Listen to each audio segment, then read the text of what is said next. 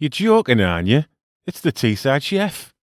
Well, here we are again, just thrashing some chicken there before applying a superstratum of crunchy panko breadcrumbs, smothering in lustrous bechamel sauce and scattering with grated cheddar cheese to bring you Parmo 2.0, the Panko Parmo. And a Parmo is not a Parmo without the bechamel sauce I've already titillated you with, so I've poured 250 millilitres of milk into a pan on a low to medium heat, and I added a small quartered onion, a couple of dry bay leaves, 3 whole peppercorns, a quarter of a tusp of salt, and a itty-bitty sprinkle of nutmeg. And let's stir and then leave that now on a low heat to absorb all those flavours in the pan with its hat on.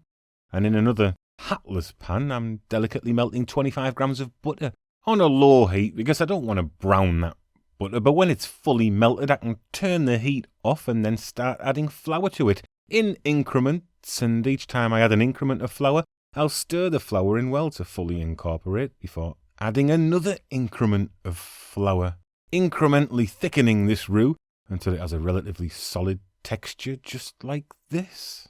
And I'm going to marry the contents of my 2 pans together now, but I'm not rushing into this marriage. I'm first pouring in around 1/3 of the infused milk, and it's a shame real marriage isn't like this, just doing a bit of it first, like maybe a 5-year contract, and then decide at the end of that if you want to extend, instead of pouring all of your milk in straight away and have the whole thing split into a turgid mess. But as the first stage of this marriage has turned out as smooth as a baby's bottom, I can fully commit and pour the rest of the milk in.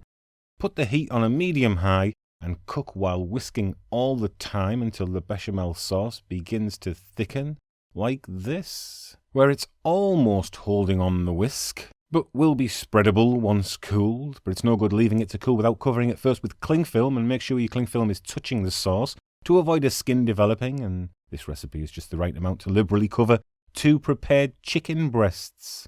So let's get those chicken breasts in, and I'm going to wrap them loosely on all sides with more cling film. I'll give them a gentle pummeling along the x-axis, and if the y-axis is feeling left out, I'll give that a moderate clobbering too, and after flattening, these chicken breasts certainly shouldn't be any thicker than a centimetre.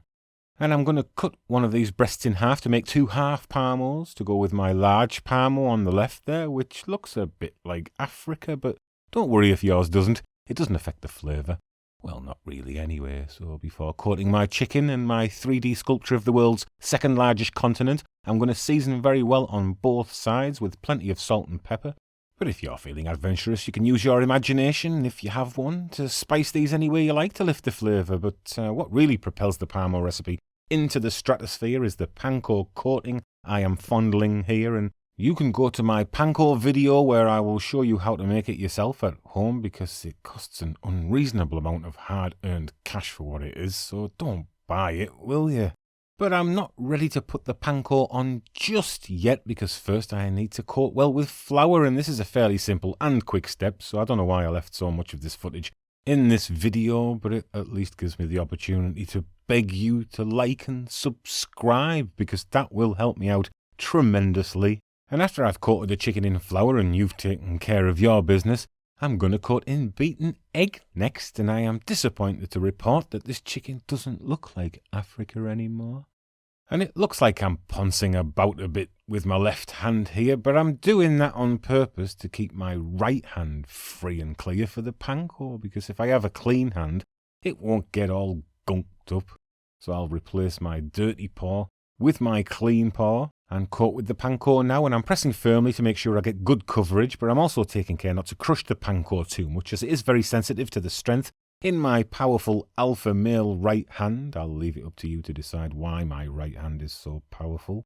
Here's a close-up of the process where I have switched hands to my left hand now to make it feel like somebody else is doing it. And leaving the coated chicken on a separate plate to dry out for at least 30 minutes gives the best results when fried, which is what I'm going to do now. Anything coated in panko needs to be deep fried for the best outcome, and you can do that in a frying pan as long as you don't fill more than halfway.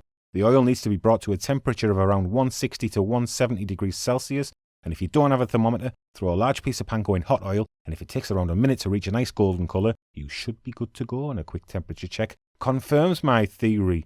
which I will further verify by cooking the Panko chicken to perfection. So all in all, the chicken will need to cook for around 6 minutes.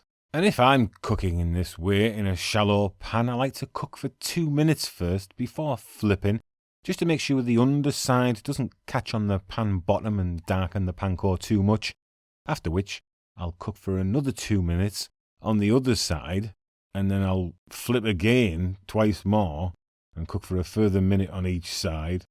So 3 minutes in total on each side for a total cooking time of 6 minutes. And if I've made that incomprehensibly complicated for you, just cook on each side for 3 minutes and we'll say no more about it.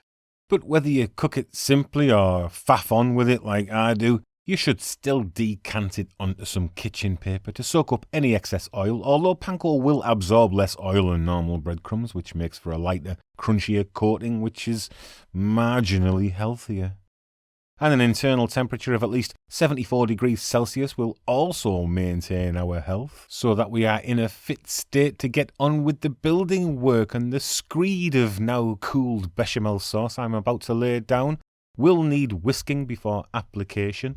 And you want to spoon the bechamel on first in large dollops rather than applying a bit at a time with a knife, especially if you're one of Teesside's right-wing politicians that like to use Parmos in propaganda tweets and press releases, because you might get crumbs in your bechamel doing that, thereby tarnishing your fascist light political aesthetic of romantic and cultural appropriation and symbolism. And once the bechamel has been successfully administered, you can add extra toppings if you like. I have some pre-cooked chorizo sausage here, to which I am adding some jalapenos. And do pre-cook any extra toppings that need cooking, because all we're going to do after we've added a generous sprinkling of grated cheddar cheese is put the Parmo under the grill to melt the cheese, so you don't want any raw toppings hiding in that bechamel. Otherwise, you could potentially find yourself exploding from both ends for 72 hours. My grill is already on preheating, but a hot oven will do the same job. And it just needs a few minutes until the cheese is melted, the bechamel is oozy, the chicken juicy, and our Parmo is ready to serve.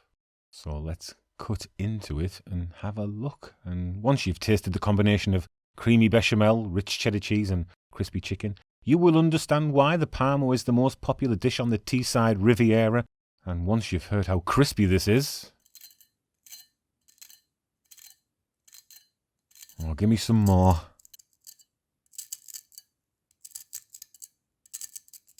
You will realise that I've just taken it to the next level. Parmo 2.0, the Panko Parmo. A great dish for food fans and plastic fascists. See you next time, food fans and plastic fascists. Ta